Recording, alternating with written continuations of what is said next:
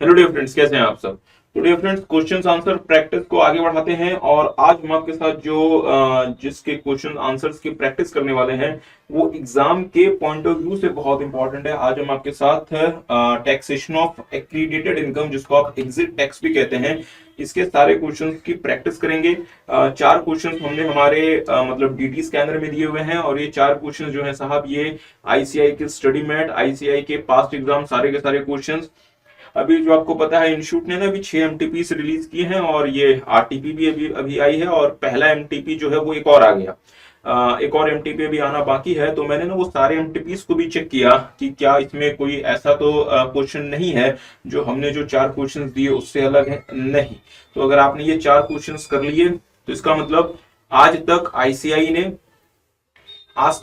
ने exit tax से जुड़े हुए जितने भी क्वेश्चंस दिए हुए हैं, चाहे जहां भी दिए हुए हैं, चाहे अपनी बुक में दिया हुआ है, पास्ट एग्जाम्स में दिया हुआ है, आरटीपी में दिया हुआ है, एमटीपी में दिया हुआ है, चाहे किसी भी सोर्स में दिया हुआ है, इन चार क्वेश्चंस में, इन फोर क्वेश्चंस में वो सब कुछ कवर हो जाता है। तो एग्जाम के लिए साहब आपको पता है एग्जिट टैक्स बहुत इंपॉर्टेंट है और ये चारों क्वेश्चंस बहुत अच्छे से आपको करने चाहिए। इस वीडियो को देखने से पहले हमने आपके साथ ऑलरेडी रिवीजन वीडियो शेयर किया हुआ है, तो उस रिवीजन वीडियो में जो एग्जिट टैक्स का रिवीजन है वो जरूर से पहले देख लें, देन आपको ये ज्यादा अच्छे से समझ में आएगा। चलिए स्टार्ट करते हैं। सबसे पहला क्वेश्चन जीवीबी। और हाँ, जिन बच्चों के पास हमारा डीटी स्कैनर नहीं है साहब, वो डीटी स्कैनर की हार्ड कॉपी या soft copy as per your requirement आप हमारी वेबसाइट से जाके ले सकते हैं।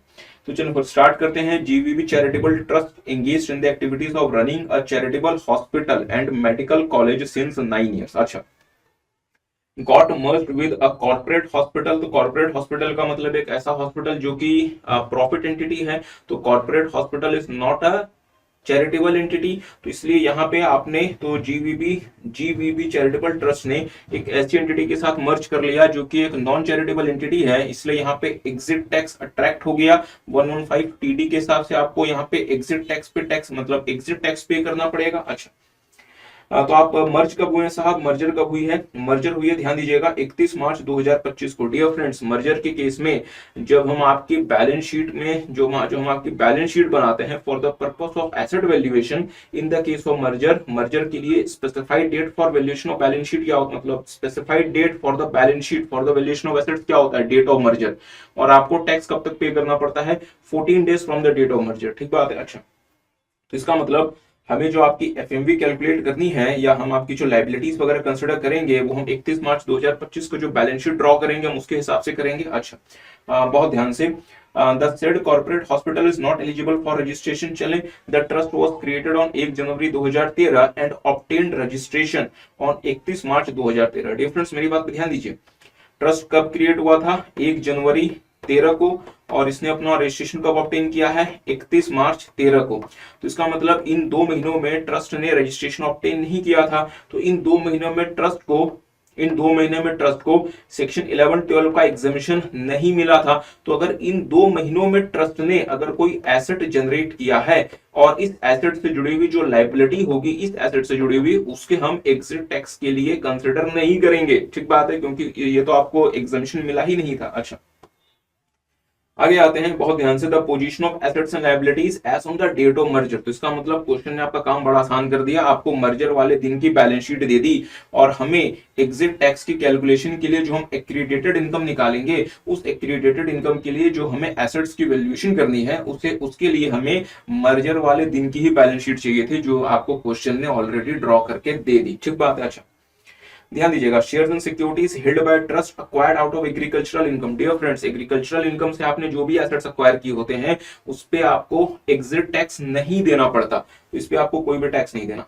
दूसरा, book value of coated shares and securities. Coated shares and securities के लिए हम डेट ऑफ वैल्यूएशन वाले दिन अगर उसकी ट्रेडिंग हुई है तो हाईएस्ट और लोवेस्ट प्राइस का एवरेज लेंगे, क्योंकि डेट ऑफ वैल्यूएशन आपका डेट ऑफ मर्जर है और डेट ऑफ मर्जर आपका 31 मार्च 2025 है। अच्छा, तो थोड़ा सा ध्यान दीजिएगा, यहाँ पे इन्होंने आपको दिया हुआ है average of lowest and highest price on the date of merger 40 lakh रुपए, तो हम 40 लाख रुपए ले लेंगे। क्या मेरी बात समझ पा रहे हैं, हम यहाँ पे 40 लाख रुपीज ले लेंगे। अच्छा, book value of land and building held by trust. हम साहब लैंड एंड बिल्डिंग के लिए हम बुक वैल्यू कंसिडर नहीं करते, हम यहाँ पे स्टैंप ड्यूटी वैल्यू या फिर जो ओपन मार्केट प्राइस होता है, दोनों में से जो भी हायर होगा हम वो कंसिडर करेंगे। अच्छा, value as per the valuation report 40 lakh rupees और स्टैम्प ड्यूटी वैल्यू 38 लाख, तो हम 40 लाख रुपीस कंसिडर करेंगे। आगे बढ़ते हैं, एडवांस टैक्स पेड भले ही आप एसेट की तरह से शो करो बट इसे हम कंसिडर नहीं करेंगे।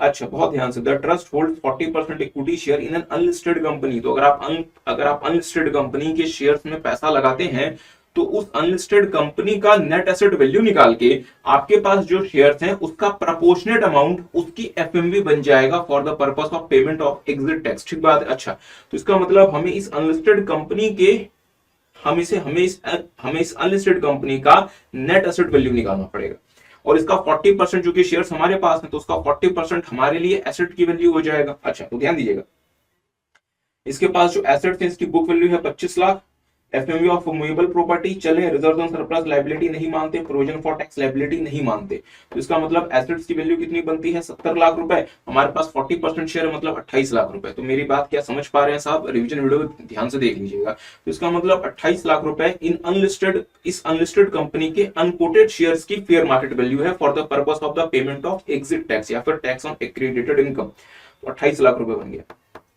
आई होप आपको ये वर्किंग समझ में आई है। अच्छा, आगे बढ़ते हैं, लाइबिलिटीज में liability in respect of shares and securities, ये हम कंसिडर करेंगे। 8 लाख रुपए की लाइबिलिटी है और बैंक लाइबिलिटी, हाँ ये भी कंसिडर करेंगे। अच्छा, बैंक लाइबिलिटी भी कंसिडर करेंगे, तो लाइबिलिटी आपकी 23 लाख रुपए हो गई। हो गया, तो आसान क्वेश्चन था ये तो मेरे साथ साथ देख लें। एसेट्स कितने हैं 40 प्लस 40, अच्छा 28 108 माइनस 70 108 माइनस 70 38 लाख रुपए समथिंग बनता है शायद। अच्छा 28 ना, 108 माइनस 23 बोले तो 85 लाख रुपीस। तो 85 लाख रुपीस हमारा बन गया एक्रीडेटेड इनकम। इस पर टैक्स कितना देना है 30% प्लस 12% का surcharge plus 4% health and education cess, तो ये बनता है साहब 29,70,240 29,70,240। चलें फिर आगे बढ़ते हैं, क्वेश्चन नंबर 2 में आते हैं जल्दी से।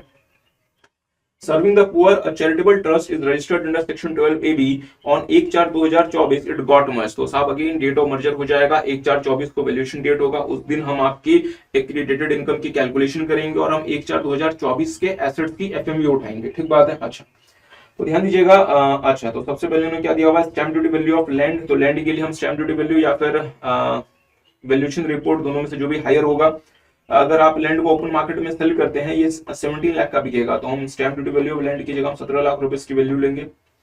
अच्छा, ध्यान दीजिएगा, 75,000 shares in ink limited traded in Delhi stock exchange. तो दिल्ली स्टॉक एक्सचेंज में ये शेयर्स ट्रेड हो रहे हैं, तो और इसमें जो शेयर्स का जो लोएस्ट प्राइस है वो है 75 और हाईएस्ट प्राइस है 85, तो दोनों का एवरेज 80 रुपए। तो एवरेज हम प्राइस ले लेंगे, क्योंकि मतलब वैल्यूएशन वाले दिन, मर्जर वाले दिन ट्रेडिंग हुई है, तो 75,000 इंटू 80 बोले तो 60 लाख रुपए।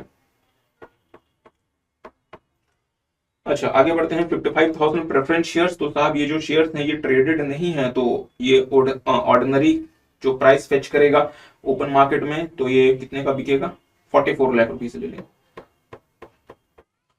अच्छा, आगे आते हैं, corpus fund is not a liability, outside liability is a liability, provision for taxation consider नहीं करेंगे, हाँ वेरियस यूटिलिटी बिल्स कंसिडर करेंगे, तो 96 लाख रुपीस की लाइबिलिटी। तो क्रेडिटेड इनकम कितना बना हमारा 17 प्लस 60 प्लस 44 माइनस 96 बोले तो 25 लाख, इसका 30% प्लस 12% प्लस 4%, तो आपको जो टैक्स देना है वो है 8,73,600। अच्छा, चले फिर आगे आते हैं, क्वेश्चन नंबर 3 में, help page is a charitable trust setup on 1/4/2010। अच्छा, तो आपने ट्रस्ट को सेटअप किया था 1/4/2010 को with the object of providing relief to the poor. तो relief to the poor is one of the objective, can be one of the objective. Charitable purpose में relief to the poor is considered as an objective. ठीक बात है। अच्छा, interesting बात लिखी हुई है, इन्होंने क्या किया, 1 अप्रैल 2000, अच्छा in April 2012 it change its objective to medical relief. तो इनिशियली आपने ट्रस्ट को सेटअप किया था with the objective of providing relief to the poor, बाद में आपने अप्रैल 2012 में इसको मेडिकल रिलीफ में कन्वर्ट कर दिया। तो इसका मतलब आज के दिन आप मेडिकल रिलीफ वाले ऑब्जेक्टिव के साथ रजिस्टर्ड है। अच्छा, it applied for registration on the basis of new objective. तो इसका मतलब आपका जो पुराना ऑब्जेक्टिव था रिलीफ टू द पुअर, इसके बेसिस पे आपने रजिस्ट्रेशन ऑब्टेन ही नहीं किया। प्लीज ध्यान दीजिए, आपका रजिस्ट्रेशन हुआ ही नहीं। अच्छा, तो चले फिर और आपको जो रजिस्ट्रेशन मिला है वो मिला है आपको 1/2/2013 को। अच्छा, तो it was granted registration on 1/2/2013। Dear friends, बहुत इंटरेस्टिंगली मेरी बात पर ध्यान दीजिए, ट्रस्ट ने अपने आप को सेटअप किया था 1/4/2010 को, और रजिस्ट्रेशन मिला है 1/1/2013 को। तो इसका मतलब ऑलमोस्ट 3 सालों के बाद, तो इन 3 सालों में ट्रस्ट को रजिस्ट्रेशन नहीं मिला, तो ट्रस्ट को कोई एग्जेम्पशन, टैक्स एग्जेम्पशन भी नहीं मिला। तो इन 3 सालों में ट्रस्ट की जो भी एसेट्स होंगे उस पे एग्जिट टैक्स पेबल नहीं होगा, और उसकी जो लाइबिलिटी होगी वो भी कंसिडर नहीं की जाएगी, बिकॉज इस पीरियड में आपका रजिस्ट्रेशन ही नहीं था। क्या मेरी बात समझ पा रहे हैं? अच्छा, help page got merged with, अच्छा फिर ये भी मर्जर का केस है, तो डेट ऑफ मर्जर आपका वैल्यूएशन डेट हो जाएगा। चले, तो फिर सारी आपको जानकारी दे दी है। लैंड, तो ध्यान दीजिएगा, 2 लैंड इनके पास, नोएडा और गुड़गांव। नोएडा का जो लैंड है साहब, ये 1/9/2010 को परचेज किया गया था। मुझे बताया, नोएडा का लैंड आपने तब परचेज किया था जब आपको टैक्स बेनिफिट मिल ही नहीं रहा, आपको टैक्स एग्जेम्पशन मिल ही नहीं रहा। तो इस नोएडा वाले लैंड के लिए हम एग्जिट टैक्स पेबल नहीं मानेंगे, मतलब ये एक्रेडिटेड इनकम का पार्ट नहीं बनेगा। पर हाँ, गुरुग्राम वाला लैंड आपने 1/9/2013 को परचेज किया था, और आपको जो एग्जेम्पशन है साहब, ये आपको 1/2/2013 से मिलना शुरू हो गया। तो इसका मतलब गुरुग्राम वाला जो लैंड है आपने उस पीरियड में खरीदा था जब आपका रजिस्ट्रेशन इफेक्टिव है, आपको एग्जेम्पशन मिल रहा है, तो इस पे तो ये एक्रीडेटेड इनकम के लिए एफएमवी ऑफ द एसेट का पार्ट बन जाएगा। अच्छा, स्टैंप ड्यूटी ओपन मार्केट तो 120 लाख रुपए ले लेंगे। तो गुरुग्राम के लैंड की जो ओपन मार्केट प्राइस है 120 लाख, हमने वो कंसिडर कर ली। शेयर्स की बात करें, 5000 quoted shares, date of purchase is very important, 1/5/14, तो यहाँ पे आपको एग्जेम्पशन मिल रहा है, तो ये कंसिडर किया जाएगा। चूंकि ये कोटेड शेयर है तो हाईएस्ट और लोएस्ट प्राइस देख लें, 310 रुपए। 5000 इंटू 310 कितना होता है साहब? ये हो क्या रहा है साहब? अच्छा, 15,50,000 रुपए, तो इसकी वैल्यू हो गई 15,50,000 रुपए। और सेकंड वाले की 2000 प्रेफरेंस शेयर्स, तो इसके लिए ओपन मार्केट प्राइस जो रहेगा, या अगर अच्छा ओपन मार्केट प्राइस 180 है, तो 2000 इंटू 180 ये बनता है आपका 3,60,000 रुपए। अच्छा, आगे बढ़ते हैं। लाइबिलिटीज में book value of liability 120 lakh, but साहब लाइबिलिटीज में क्या क्या कंसिडर नहीं करेंगे? कॉर्पस फंड कंसिडर नहीं करेंगे, प्रोविजन फॉर टैक्स कंसिडर नहीं करेंगे, रिजर्व एंड सरप्लस कंसिडर नहीं करेंगे। तो इनको हटा के जो हमारी लाइबिलिटी की वैल्यू बनेगी वो बनेगी 120 माइनस 12 माइनस 8 माइनस 18, तो ये बनेगी 82 लाख रुपीज की लाइबिलिटी। और भी कुछ है क्या? अच्छा, तो ये बड़ा इजी क्वेश्चन था साहब, क्वेश्चन इजी ही आते हैं, बस थोड़ा सा कभी कभी आपको पॉइंट एग्जाम में थोड़ा सा कंफ्यूज कर सकता है, तो इस चीज का थोड़ा सा ध्यान रखें।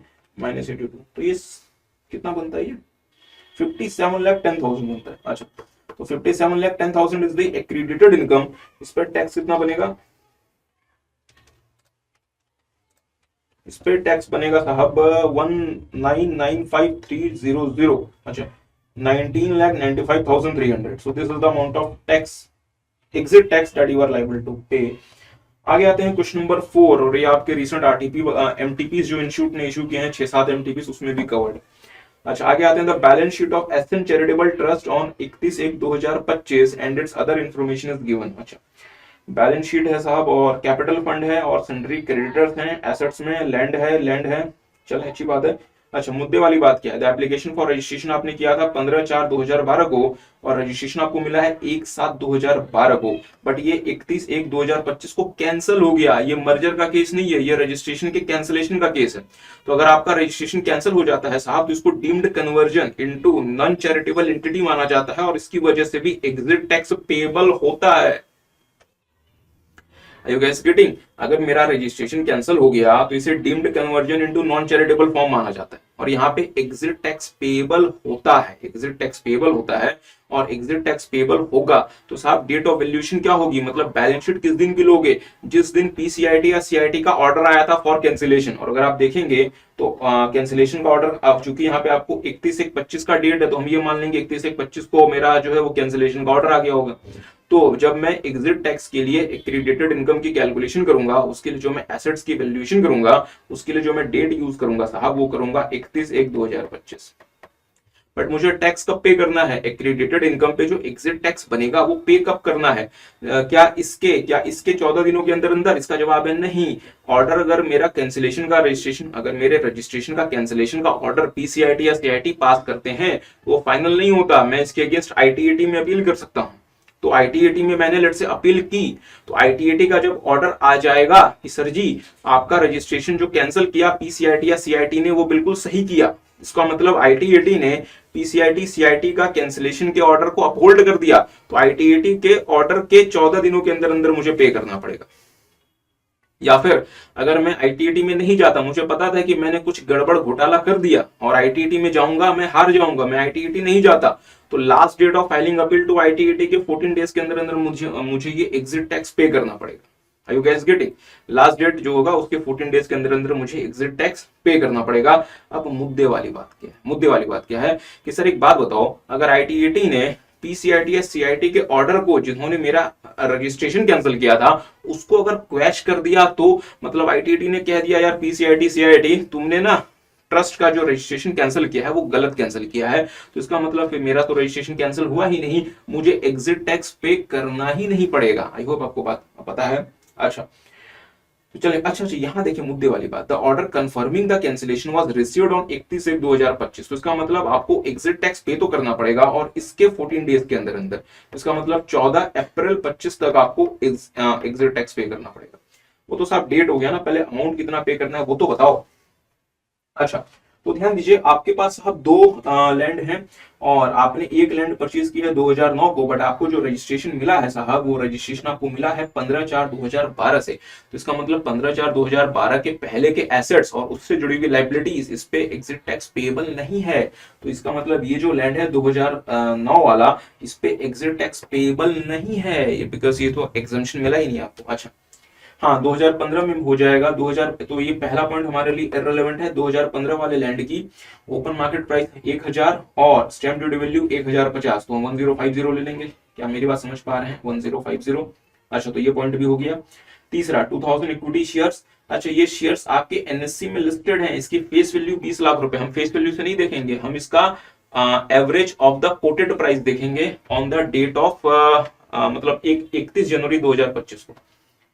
अगर आप यहाँ पे ध्यान से पढ़ेंगे, the highest and lowest value on 31 January 2025 was 1099 और 1051, तो साहब इसका एवरेज कितना बनता है? 1075 रुपए बनता है।